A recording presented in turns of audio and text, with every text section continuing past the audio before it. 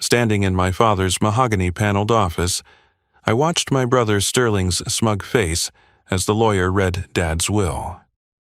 The room smelled like old leather and disappointment, the same combination that had filled every family gathering for the past 20 years. Sterling sat there in his $3,000 suit, manicured fingers drumming against the antique desk that would soon be his, along with everything else that mattered in the Reeves family empire. To my eldest son, Sterling Reeves, Mitchell Granger's voice cut through the silence like a judge delivering a verdict. I leave my entire real estate portfolio, including all commercial properties, rental units, and development projects, valued at $41 million. Sterling didn't even try to hide his satisfaction. He adjusted his Rolex, the same gold watch Dad had worn to every business meeting, and let out a small chuckle that he masked as a cough. Mom shifted in her chair, her hands folded so tight her knuckles went white.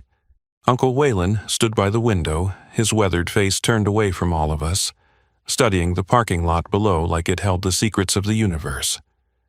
And to my son Colton Reeves, the lawyer continued, pushing his glasses up his nose like he needed to make sure he was reading this right, I leave the Sea Dreams, my 1987 Boston Whaler fishing boat, currently moored at Bayside Marina, slip number 7.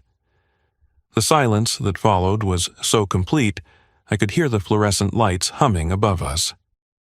Sterling's chair creaked as he leaned back, and then he burst out laughing. Not a polite chuckle, not a nervous giggle, but a full-throated laugh that filled every corner of that office. At least the loser gets something, right, Colt? He turned to face me, his eyes bright with victory. Maybe you can catch dinner with it. God knows you'll need to save money now. The lawyer cleared his throat, uncomfortable with the family drama unfolding in his presence. There are no other provisions or codicils to the will. Mr. Vernon Reeves was quite specific about the distribution of assets. $41 million versus maybe $8,000 on a good day, if someone was drunk enough to buy that rust bucket. The math was so absurd it felt like a joke, except nobody else was laughing.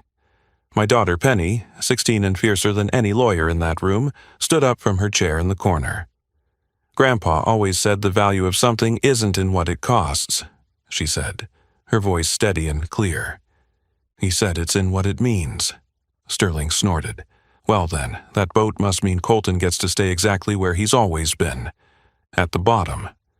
But what nobody knew, not Sterling with his Harvard MBA, not the lawyer with his 40 years of experience, not even Mom who'd been married to Vernon Reeves for 45 years, was that Dad never did anything without a reason. Vernon Reeves was a man who planned his lunch orders a week in advance, who had backup plans for his backup plans, who once spent 6 months researching the best brand of paper clips for his office. And that rusted, forgotten fishing boat sitting in a marina across town would teach me the most valuable lesson of my life. Sometimes the smallest gifts carry the biggest secrets, and sometimes a father's love isn't measured in millions but in the trust to find what's hidden beneath the surface. My name is Colton Reeves, I'm 38 years old, and this is the story of how I inherited a fishing boat worth $8,000 and discovered I was never my father's son at all. I was something much more valuable. I was his partner. My name is Colton Reeves, and for 38 years I lived in my older brother's shadow. Not the kind of shadow that provides cool relief on a hot day, but the kind that blocks out the sun entirely, leaving everything beneath it struggling to grow. While Sterling went to Harvard Business School and joined Dad's real estate empire straight after graduation, I chose construction work. I chose calloused hands over manicured nails, hard hats over Harvard ties, and concrete foundations over corporate foundations. Honest work, Dad called it, whenever someone asked about his youngest son's career choice, though his tone always carried a note of explanation rather than pride. Like he was justifying why Vernon Reeves, the man who built an empire from a single rental property, had a son who worked for hourly wages plus overtime. Vernon Reeves was a legend in our town. Started with nothing in 1975, just a broken-down duplex he bought at a foreclosure auction for $12,000. He fixed it up himself, working nights and weekends while keeping his day job at the lumber yard. By the time I was born in 1986, he owned 30 properties. By the time I graduated high school, he owned 200 commercial buildings across 3 states. The Reeves name was on office complexes, shopping centers, and apartment buildings from Pennsylvania to Georgia. Growing up in that house was like being an understudy in a play where the lead role was already permanently cast. Sterling was 4 years older and 40 years smarter, at least according to the report cards Mom used to hang on the refrigerator. His were always on top. Mine buried somewhere beneath grocery lists and dentist appointment reminders. "Look at your brother closing that mall deal," Dad would announce at dinner, sliding a newspaper across the table with Sterling's photo in the business section. 26 years old and already managing 10 properties. That's forward thinking. That's vision. Meanwhile, I was laying foundation concrete for other people's dreams, coming home covered in dust and exhaustion, while Sterling came home counting commissions and collecting congratulations. I'd wash the concrete from under my fingernails while he polished his cufflinks. I'd ice my sore back while he celebrated another acquisition at the country club. The thing is, I wasn't bitter about it. Not really. I loved my work. There's something pure about construction, something real. When you pour a foundation, it either holds or it doesn't. There's no spinning it, no marketing angle, no creative accounting. Just truth, measured in load-bearing capacity and structural integrity. My daughter Penny understood this better than anyone in the family. She'd been my compass since the day she was born, 2 weeks after her mother decided that being married to a construction worker wasn't the fairy tale she'd signed up for. Penny stayed with me every other week, and those were the weeks that mattered. "Dad, you build things that last," Penny would say when she'd catch me staring at Sterling's latest newspaper mention. "Uncle Sterling just shuffles papers. Anyone can sell something that already exists. You create something from nothing." But even Penny couldn't hide her confusion when we attended the will reading 2 weeks after Dad's funeral. The cancer had taken him faster than anyone expected. 1 month he was closing deals, the next he was closing his eyes for the last time. Sterling had handled all the arrangements, of course, turning Dad's funeral into what felt like a networking event for his real estate associates. Mom sat quietly in the corner of the lawyer's office that day, tissues in hand, her black dress making her look smaller than her 67 years. "Your father had his reasons for everything," she whispered to me before Mitchell Granger started reading. "Even when we didn't understand them, he always had his reasons." Uncle Waylon stood by the window, his weathered face unreadable. He and Dad had started the business together back in the 70s, 2 brothers with nothing but ambition and a shared toolbox. Then something happened in the early 90s that nobody in the family talked about. One day, Waylon was vice president of Reeves Development. The next day, he was gone, starting his own small contracting firm on the other side of town. He still came to family gatherings, still sent Christmas cards, but there was always a weight in the air between him and Dad, like a conversation that needed to happen but never would. Vernon was very specific about the distribution, Mitchell Granger had said, adjusting his glasses and organizing the papers in front of him like he was preparing for battle. "There are no provisions for contestation. What I'm about to read is final and legally binding." The office felt smaller suddenly, like all the oxygen had been sucked out and replaced with expectation. Sterling leaned forward in his chair, already calculating interest rates and investment opportunities. I sat there in my only suit, the one I'd worn to my high school graduation, wondering why Dad had insisted I attend this meeting at all. The humiliation burned worse than any construction site injury I'd ever suffered. I'd been hit by falling beams, had concrete burn through my work gloves, even broke 3 ribs when scaffolding collapsed on a job site in Pittsburgh.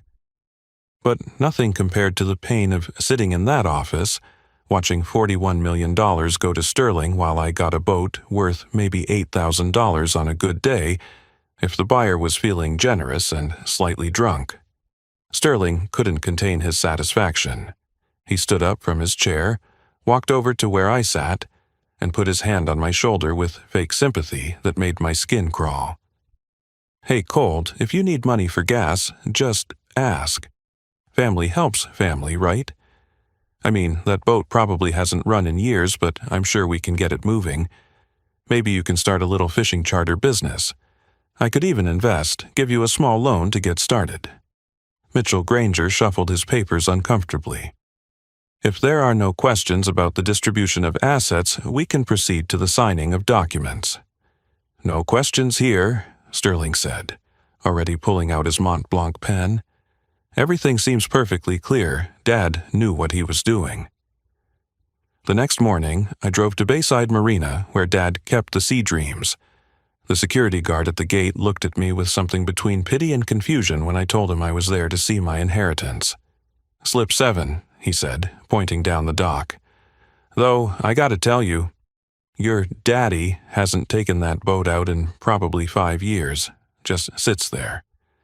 She sat at the end of the dock like a forgotten memory, paint peeling off her hull in sheets, bird droppings decorating her deck like polka dots of humiliation. The Sea Dreams was a 28-foot Boston whaler from 1987, and she looked every one of her 38 years.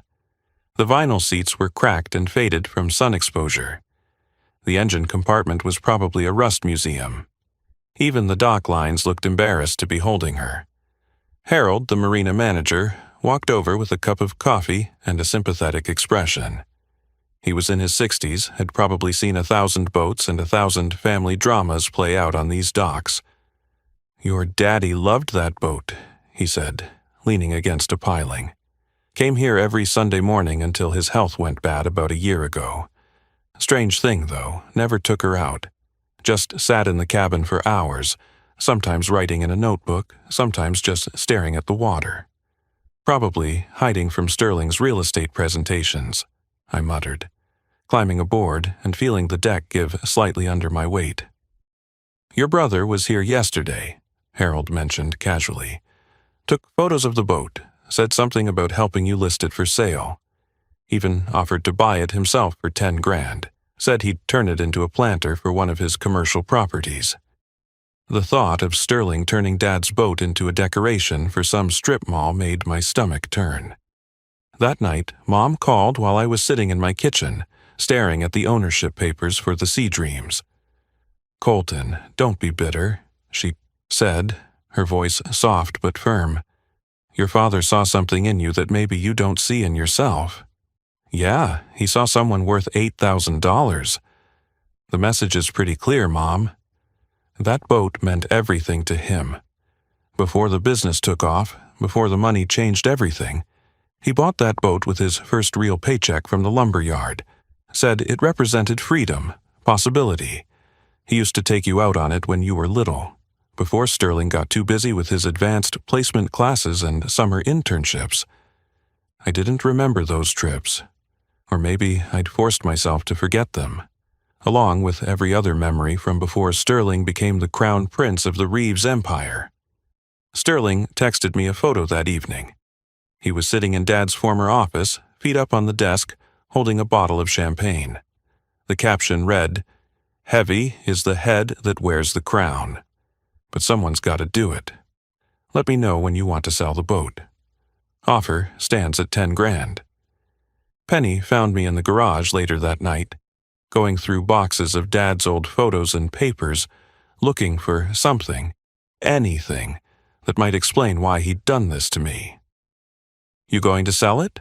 she asked, sitting down beside me on the concrete floor. "The boat? Might as well. Need to fix the truck transmission anyway, and Sterling's offer would cover it with some left over." She picked up a photo of Dad standing on the Sea Dreams, holding a younger version of me, both of us smiling like we'd just discovered treasure. Grandpa never did anything without thinking it through 10 times. Remember when he gave me that old compass for my 10th birthday? Everyone thought it was junk, just some tarnished brass thing. Turned out it belonged to his father in World War II, helped navigate a bomber through 37 missions.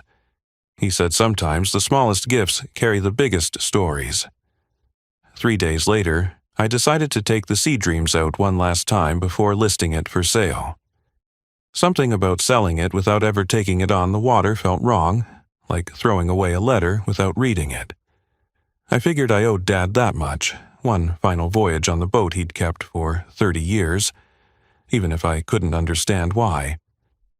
The morning was crisp and clear, the kind of October day that made the marina look like a postcard. Harold helped me check the engine, and to my complete surprise, it turned over on the first try. "Your dad had me maintain it monthly," Harold explained, wiping his hands on a rag. "Paid 5 years in advance before he died. Full service package including engine maintenance, hull cleaning, and system checks." 5 years? For a boat he never used? Harold shrugged, but there was something in his eyes that suggested he knew more than he was saying. Said you'd understand when the time came. Also said, if you ever asked about selling it, I should tell you to check everything twice before making any decisions. I spent the morning going through that boat inch by inch, partly to assess its condition for sale, partly because I needed to understand what Dad had seen in this floating puzzle. The deck was solid despite its appearance. The navigation equipment was surprisingly modern, updated just 2 years ago according to the installation dates. The cabin was small but meticulously clean, like someone had been maintaining a shrine. In the forward cabin, behind the captain's chair where Dad apparently spent his Sunday mornings, I noticed something odd about the wood paneling. There was a slight gap in the mahogany, barely visible unless you were looking for it. The wood was worn smooth around that spot, like someone had touched it repeatedly over many years. I pressed on it. Nothing happened. I tried sliding it, still nothing. Then I noticed the captain's wheel had unusual wear marks at the full port position, like someone had cranked it hard left more times than normal navigation would require. On a hunch, I turned the wheel all the way to port until it stopped. A soft click echoed through the cabin. The panel popped open about an inch, revealing darkness behind it. My heart was pounding as I pulled it fully open, finding a hidden compartment about the size of a briefcase. Inside was a military-grade waterproof container, the kind Navy SEALs use for sensitive equipment, with a combination lock that looked like it could survive a nuclear blast. The combination hit me immediately, like Dad was standing right there whispering it in my ear. Bureau 388, March 18th. My birthday, not April 22nd, Sterling's birthday. Not July 15th, Mom and Dad's anniversary. My birthday. My hands shook as I spun the numbers into place. The lock clicked open with a sound that seemed to echo through my entire life. Inside the container were several manila envelopes, a stack of photographs, and a letter in Dad's unmistakable handwriting, the same careful script that had signed my report cards and birthday cards for 38 years. Colton, if you're reading this, you've finally taken the helm. I sat down hard in the captain's chair, the same chair where Dad had spent countless Sunday mornings. The first envelope contained incorporation documents for something called Blackwater Holdings, LLC, dated 1992. The second held bank statements from an account I'd never heard of, with a balance that made my vision blur. $43 million. The third envelope was thicker, filled with contracts and agreements for infrastructure development projects across 6 states. As I read through them, a pattern emerged that made my chest tight. Every major construction project I'd worked on in the past 15 years was listed here. The overpass in Columbus, where I'd spent 6 months setting rebar. The parking complex in Charlotte, where I'd overseen the foundation work. The water treatment plant in Savannah, where I'd earned my reputation as one of the best concrete specialists in the Southeast. Blackwater Holdings had been a silent partner in every single one. There were photographs, too. Me at various job sites over the years, pictures I didn't know existed. In each one, there were small marks in the corner, notes in Dad's handwriting. Colton, leading the Columbus team. Colton solving the drainage problem in Charlotte. Colton, training the new guys in Savannah. He'd been watching, documenting, tracking every step of my career. At the bottom of the container was another envelope, This one marked with a single word: truth. Inside were adoption papers from 1986, the year I was born. My biological father's name was listed as Waylon Reeves, Uncle Waylon, the man who'd stood silent at the window during the will reading, who'd left Dad's company in the early 90s, who'd watched Sterling inherit $41 million while I got a boat. Everything I thought I knew about my life rearranged itself in that moment, like pieces of a puzzle finally showing their true picture. Dad's letter explained everything in his methodical way, each sentence carefully constructed like he was building a case in court. I could hear his voice in every word, that measured tone he used when explaining something important. Son, the real estate empire was always meant for Sterling. He needs the spotlight, the recognition, the visible success that comes with having his name on buildings. He measures his worth in square footage and rent rolls, in newspaper mentions and country club conversations. That's who he is, and I've made peace with it. But you, Colton, you're like me before the money changed everything. You understand that real wealth isn't what people can see, it's what you build when nobody's watching. Blackwater Holdings is my real legacy, a silent partnership in infrastructure development across 6 states. Every major construction project you've worked on in the past 15 years, we owned a piece of it. You weren't just laying foundation, son. You were building our empire, brick by brick, beam by beam. While Sterling was taking photos for press releases, you were creating the skeleton that holds up half the Southeast's development. The fishing boat wasn't an insult. It was a test. Would you honor my memory enough to take her out one last time?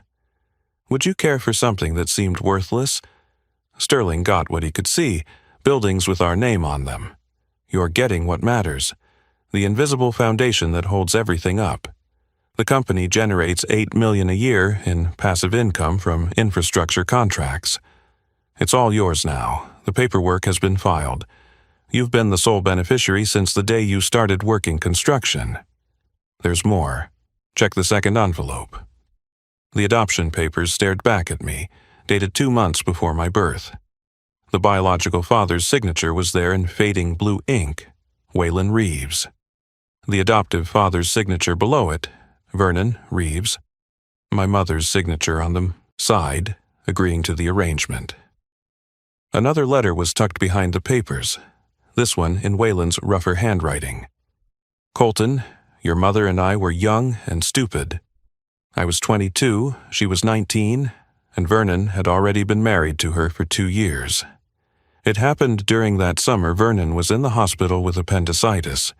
We fell into something we couldn't take back. When you were conceived, Vernon had been unable to have children due to complications from his surgery. Your mother was devastated, ready to leave town, leave everything behind. But Vernon surprised us all. He said he'd raise you as his own, said every empire needs an heir, and blood didn't make family, choice did. It was the hardest and best decision I ever made, signing those papers. Vernon loved you more than you'll ever know. He saw in you what he saw in himself, someone who builds real things, not just paper empires. The infrastructure business was his way of ensuring you'd always be taken care of, away from Sterling's jealousy and scrutiny. Sterling is my nephew, but he inherited the worst parts of the Reeves family pride, the need to be seen as superior. Vernon knew this. He protected you from it by keeping you separate from the visible business. Vernon was your father in every way that mattered, but I wanted you to know the truth. You weren't just his son. You were his chosen successor for what really mattered to him. I called Mom immediately, my voice cracking like I was 13 again. You knew? We all knew, honey. Her voice was calm, like she'd been preparing for this conversation for 38 years. Vernon insisted on raising you. He said the moment he held you in that hospital room, you became his son. Biology was just details. Why didn't anyone tell me? Because Vernon wanted you to grow up without the weight of that knowledge. He wanted you to become who you were meant to be, not who you thought you had to be. Every Sunday when he went to that boat, he was writing in his journal about your progress, about the man you were becoming. He kept copies of every construction report that mentioned your name, every safety commendation, every project you completed ahead of schedule. Sterling doesn't know. Sterling sees what he wants to see. He got the fortune he can count. You got the father's love that counts. I looked at the final document in the container. It was a transfer of ownership for Blackwater Holdings, dated a week before Dad died, officially making me the sole owner. There was a sticky note attached to it in Dad's shaky handwriting. His last words to me: "The boat is yours, son. She's not much to look at, but she holds the truth. Take care of what matters. Let Sterling have the spotlight. You keep the foundation strong, that's what real builders do." I kept the boat. Had it restored to pristine condition, not because I needed to, but because it represented something Sterling would never understand. The smallest gifts often carry the greatest love, and that 28-foot Boston whaler held more truth than Sterling's $41 million worth of real estate ever could. The restoration took 3 months. I did most of the work myself, replacing every board, every screw, every piece of hardware with my own hands. Harold helped when he could, sharing stories about Dad's Sunday morning visits. He'd sit in that captain's chair for hours, Harold told me one afternoon as we installed the new navigation system. Sometimes I'd bring him coffee, and he'd be writing in this leather journal, looking out at the water like he was seeing something nobody else could see. Now I understand what he was seeing. He was seeing you. At the marina, when the Sea Dreams was finally complete, painted navy blue with gold trim just like in the old photos, Harold smiled and shook my head. "Your daddy would be proud. You know, he told me once that real wealth isn't what people can see. It's what you build when nobody's watching." I thought he was talking about the boat. Turns out he was talking about you. I never told Sterling about Blackwater Holdings. Let him have his spotlight, his press releases about the Reeves real estate empire, his photos in the business section of the newspaper. Every month, when he brags about his new acquisition at family dinners, I quietly smile, knowing that the parking garage underneath it belongs to Blackwater. The utility infrastructure supporting it belongs to me. The foundation his empire stands on is mine, generating income he doesn't even know exists. Waylon and I meet for coffee every Sunday now, same diner on Route 47 where construction crews have been gathering since before I was born. "Vernon raised you right," he says every week, like he needs to keep confirming it. "You could have revealed everything, humiliated Sterling the way he humiliated you at that will reading. But you didn't. That's Vernon in you, not me. I would have rubbed his face in it." "Dad taught me that," I reply, stirring my black coffee the same way Vernon used to. The foundation doesn't need applause, it just needs to hold strong. Penny goes out on the boat with me sometimes, usually on Saturday mornings when the water is calm and the marina is quiet. Last week, she brought her boyfriend to meet me, a nervous kid named Timothy who works at his father's hardware store. Sterling showed up uninvited in his new Ferrari, trying to impress the kid with talk of millions and markets, international deals and investment portfolios. The boy looked at me after Sterling's 20-minute speech about wealth management and asked, "Mr. Reeves, what do you do?" Before I could answer, Penny spoke up, her voice carrying the same strength her grandfather's once did. "My dad, he builds things that last. Everything else is just noise." That night, after everyone had left, I found another letter from Dad, hidden in the boat's navigation desk behind the GPS manual. It was dated just a week before he died, his handwriting shaky but determined. "Colton, success isn't about what you inherit. It's about what you do with what seems worthless to others. The boat was never about the boat, it was about trust. I trusted you to look deeper, to value what others overlook, to find worth where others see waste. You were never my second son, you were my secret weapon. The real estate will make Sterling rich. The infrastructure company will make you wealthy. But this boat? This boat makes you my true heir? because you understood its value when everyone else saw scrap metal and peeling paint. That's the difference between money and meaning. Sterling got the fortune. You got the future. I keep that letter in my wallet now, next to a photo of the Sea Dreams and a picture of Dad holding me when I was 5, both of us wearing matching captain's hats that were too big for our heads. Sometimes, when Sterling calls to boast about his latest deal, I put him on speaker and take the boat out into the bay. The sound of the waves drowns out his voice, and I think about Dad, about Waylon, about the choice to raise another man's son as his own, about love that runs deeper than blood. Vernon Reeves left Sterling $41 million in real estate that everyone could see and count. He left me a fishing boat worth $8,000 that held a $43 million secret. But more than that, hidden in that boat was proof that I wasn't just his son. I was his partner, his chosen one, his foundation, and that's worth more than all of Sterling's properties combined. If this story touched your heart, if it reminded you that true wealth isn't always visible, please hit that like button below. Share it with someone who needs to hear that their value isn't measured in dollars. Comment your thoughts on what real inheritance means to you. And don't forget to subscribe to our channel for more powerful stories that reveal life's hidden truths. Thank you for listening to my story.